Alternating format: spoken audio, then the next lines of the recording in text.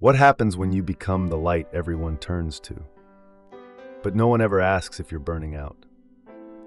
This isn't the story of a hero.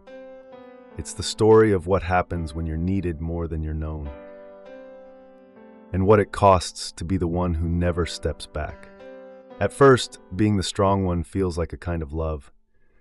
People lean on you. They hand you their grief, their guilt, their fears, and trust you to hold it all. And you do, because that's what you've learned makes you worthy. Being useful, being dependable, being the reason someone else didn't fall apart. But slowly something begins to shift. Carl Jung called it persona inflation, when the role we perform becomes the only identity we know. You become the rock, the calm, the one with all the answers.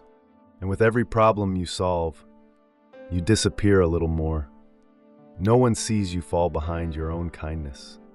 No one notices that your smile has become a shield, or that your silence is starting to sound like a cry for help. You're the one they call when the sky is falling.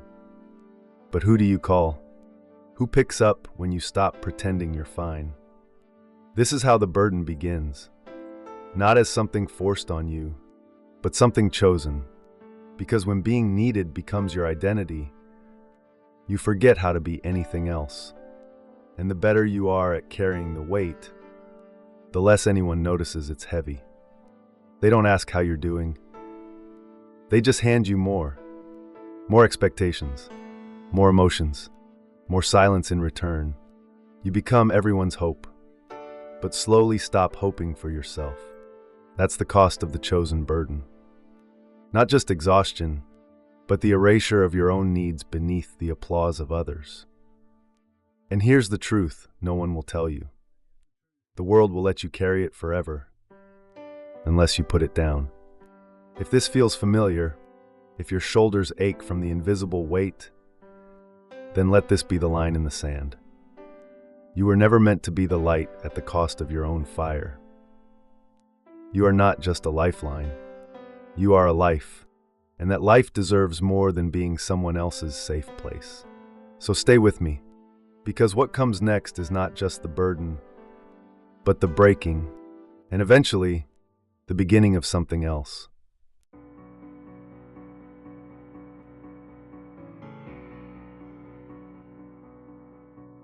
You've been strong for so long. You've forgotten what it feels like to be seen without performing. Not respected, not admired. Seen, not for what you do, but for who you are when you're not doing anything at all. And maybe that's what terrifies you the most. You don't ask for help, not because you're above it, but because a part of you believes if you stop being the one who holds it all together, you'll lose everything. Respect, connection, love. Carl Jung said that when the persona is mistaken for the self, we lose access to our soul. We don't just hide our pain. We begin to believe we don't deserve healing. So you carry it. You smile. You listen. You show up for others again and again. And somewhere along the way, your own voice got quieter. Your needs turned into guilt. Your sadness became an afterthought. Even to you. They say you're dependable, that you're the one who never cracks. Maybe that's the curse, because they've only ever seen your mask, never the blood it hides. Even Mother Teresa, in her private letters, spoke of a darkness so thick she couldn't feel the presence of God. She smiled, but inside she felt nothing. Even saints break. Even saints bleed behind the smile. So what makes you believe you're not allowed to? Here's the mirror most people avoid. If they only love you when you're useful, then do they love you at all? If your only accepted identity is the strong one, then you've been performing your worth, not living it. This is the cruel trap of overfunctioning. The more you give, the more they expect. The more they expect, the less space you have to be human. You are not a soul. You are a service. You are not a person. You are a pattern. But here's the question no one's asked you yet. When was the last time someone looked at you and saw more than what you offer? And if you don't remember, then maybe you've been living as a ghost in your own life. You became the fixer, the giver, the safe place, but you are also the one slowly fading behind the curtain of your own performance. And it's time not for collapse, but for reclamation. Before the mask hardens, before the burnout becomes a scar, before the collapse becomes a eulogy, you don't need to fall apart to be seen. You just need to stop hiding. So let me ask you plainly, if you weren't the strong one, who would you be? If the answer scares you, you're finally getting close. Let that be your beginning. Let that be your crack in the armor. Because it's through that crack, the light doesn't just shine out. It shines back in.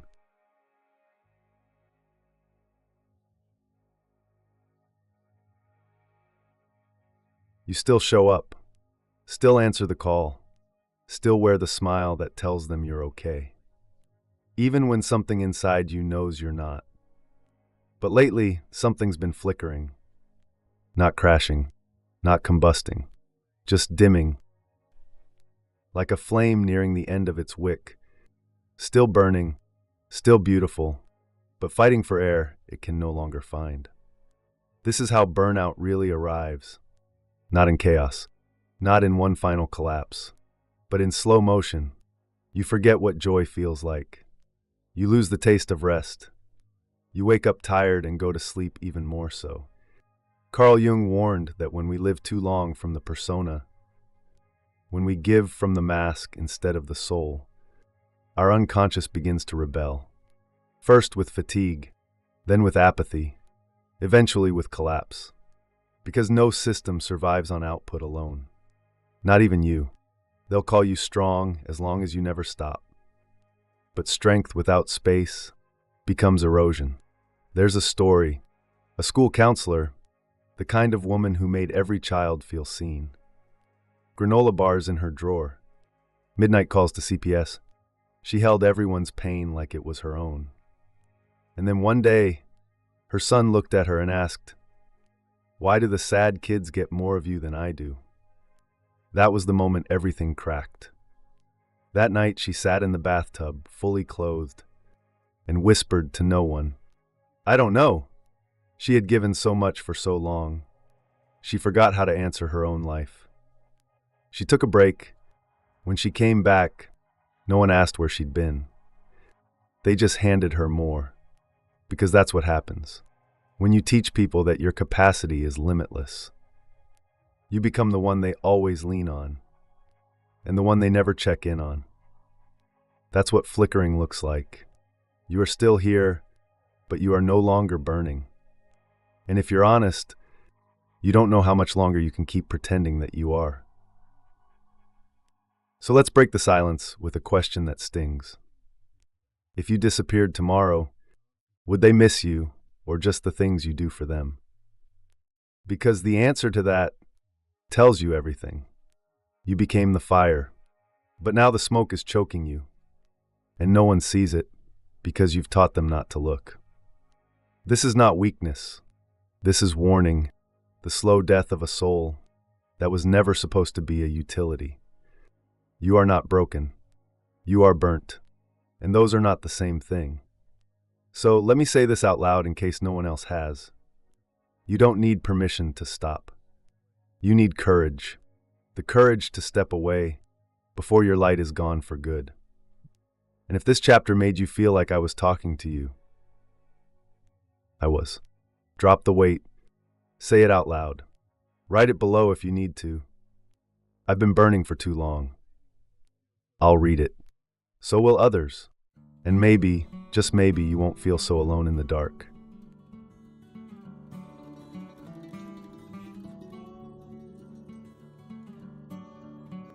You've been praised for your heart, your selflessness, your ability to show up for others, even when no one shows up for you. But what if that praise has kept you trapped? What if the very thing people love you for is the thing that's slowly unraveling you? Carl Jung spoke of the shadow, not the evil inside us, but the part of ourselves we cannot bear to look at. And sometimes that shadow lives in our kindness, because not all giving is pure. Sometimes we help others, so we don't have to face our own emptiness. We overextend, not out of love, but out of fear. Fear that if we're not needed, we'll be forgotten. That if we stop solving everything, we'll stop mattering.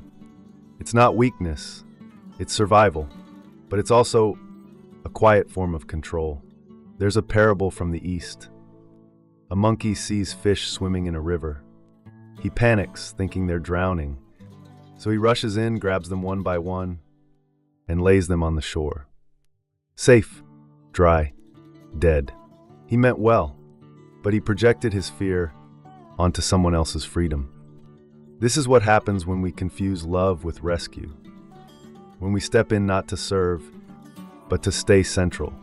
You mean well, but meaning well doesn't make it harmless. And you've likely felt it, that pang of bitterness when no one says thank you. That ache of invisibility after you've given your all, and it wasn't enough. That's not because you're selfish. That's because you're human. You gave hoping it would lead to love. But love built on performance isn't love. It's dependency. And dependency is not belonging. There's a woman you've likely never heard of, Ruth Coker Burks. In the 1980s, she cared for hundreds of men dying of AIDS when no one else would. She held their hands, buried their ashes in cookie jars on her family land, faced threats, burning crosses, and never asked for recognition. But the world let her do it alone, because she didn't ask for help. Because she was so good at giving, no one thought to offer her anything in return. Don't become Ruth. Don't let your goodness be the reason you go unseen. You don't have to suffer to be sacred. You already are. So here's the question that might cut deepest. Are you helping them grow? Or are you just afraid they won't need you if they do? If you've built your worth on being essential, then the thought of being unnecessary feels like death. But here's the truth. Your value was never in your usefulness. It was in your presence, your being, your breath. And it still is. So if you've been giving past the point of breaking, if your love has become a burden, say so. Write it. Confess it. Claim your right to stop bleeding for people who love your light, but never ask about your fire. Drop your mask in the comments. Let someone see you. You've earned that. Not for what you give, but for who you are when you finally stop performing.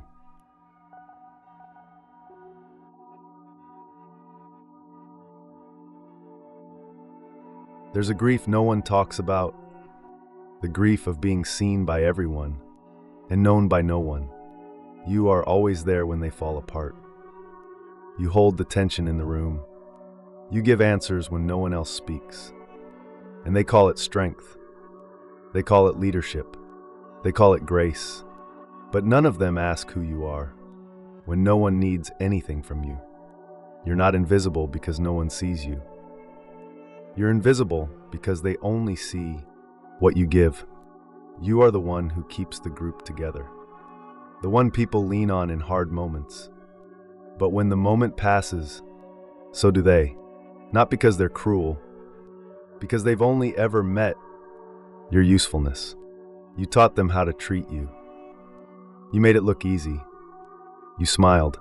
You never asked for anything in return. And now you wonder why it feels like you could disappear and no one would notice. Carl Jung believed that the self and the persona are in constant tension. That if the persona becomes too strong, too dominant, it strangles the self from the inside out. And that's what you're feeling, isn't it? Not heartbreak, not depression, just disconnection.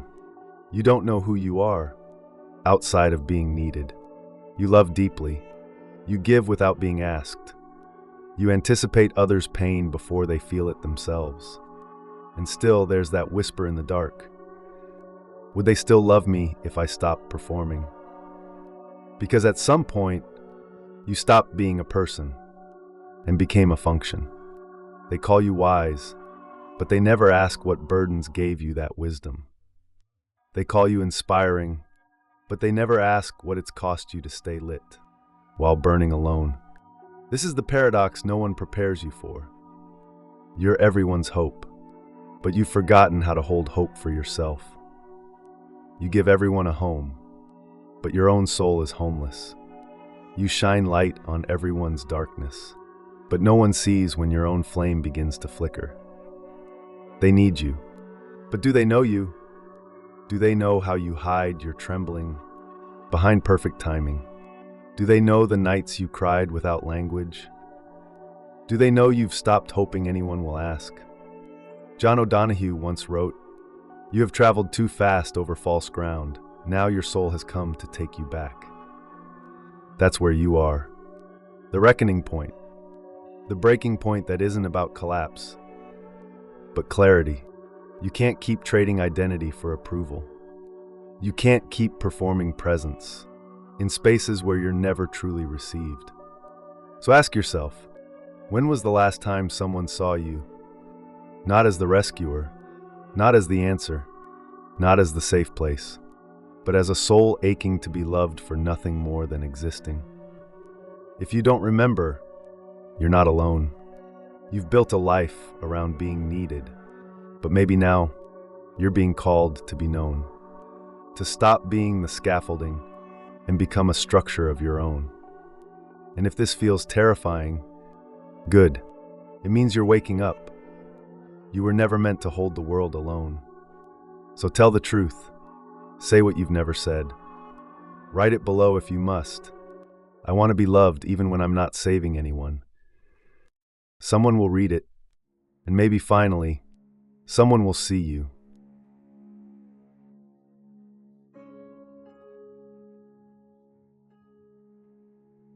There is a moment when the soul refuses to carry what the ego swore it could handle. It doesn't scream. It doesn't collapse. It simply whispers, "No more." You've spent a lifetime believing that love must be earned. That care must be justified. That rest must be deserved. You became what they needed. You became the light, the ladder, the shelter. You made sure no one ever saw you fall. And now you're exhausted. But beneath that exhaustion is a sacred truth. You don't have to keep proving your worth through your suffering. Carl Jung called the return to the self the work of individuation. A journey where the mask is laid down and the original face is reclaimed. Not a perfect face, not a praised one, but a real one, a human one. That's what's waiting for you now. Not applause, not salvation, just peace. The kind that doesn't come from being everything to everyone, but from being whole to yourself. You start saying no, and the world doesn't fall apart. You stop explaining your silence, and people learn to sit with it. You step back, and they step up, or they don't, but you stop making their comfort your responsibility. You begin to give from overflow, not depletion. You begin to receive without guilt. You begin to believe that your presence is enough. Henri Nouwen said, "When our wounds cease to be a source of shame and become a source of healing, we have become wounded healers." And that's what you are now. Not a martyr, not a savior, a soul healing, no longer offering love at the cost of yourself, but as a reflection of a wholeness finally reclaimed. You are still the lighthouse, but you've replaced the flame that once devoured you with a glow that nourishes you too. You are still the shepherd, but now you lie in the grass when your feet ache, and you trust that the flock won't scatter just because you stopped walking for a while. You stop pouring from your wound and begin offering from your well. This is the sacred unburdening, the moment the chosen burden is set down, not because it wasn't noble, but because it was never meant to be carried alone. So if this was your story, if you saw yourself in every flicker and fracture, Say something. Let this be the moment you step into view. Write it, whisper it, or just breathe it. I choose to be seen, not just needed, seen. Because that's how it starts. Not with rescue, but with recognition. Not with perfection, but with presence. And not with giving more, but with finally giving something to yourself.